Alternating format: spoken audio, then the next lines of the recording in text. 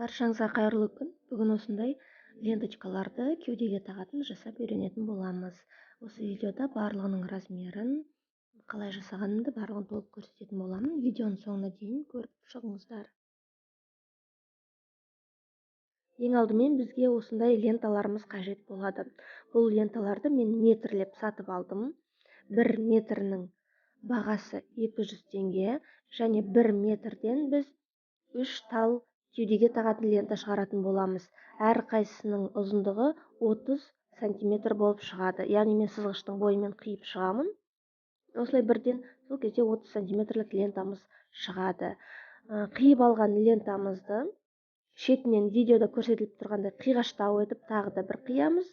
Және сол жерлерімізді сөгіліп кетпес үшін шет жақ қиылған тұстарын күйдіріп аламыз. Әрбір 4 метр лентадан 10 тал кеудеге тағатын дайын лента шығады.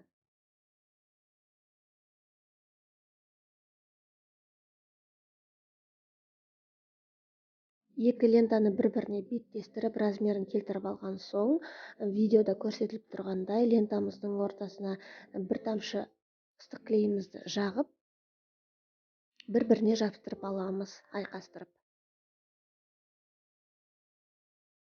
Ыстық клейді көп жақпасаңыздар да болады, өйткені бұл репсовая лента болғандықтан ыстық клеймен өте жақсы жабысып шығады.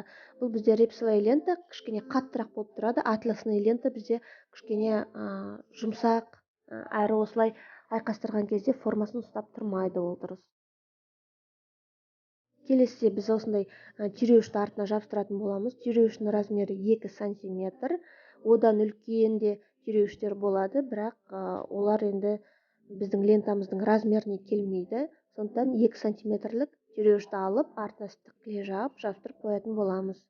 Қаласаңыздар, тігіп те қойсаңыздар болады. Арнайы тесіктері бар, бірақ ондай сәтте лентамыздың беткі жағына жібіміздің тігілген жері көрініп тұратын болады. Бірақ клеймен жабыстырған сәтте де ол түсіп қалмайды, өте жақсы ұсталып тұрады. Біздің ленточкаларымыздың жасалу сәтінен осындай видео шықты.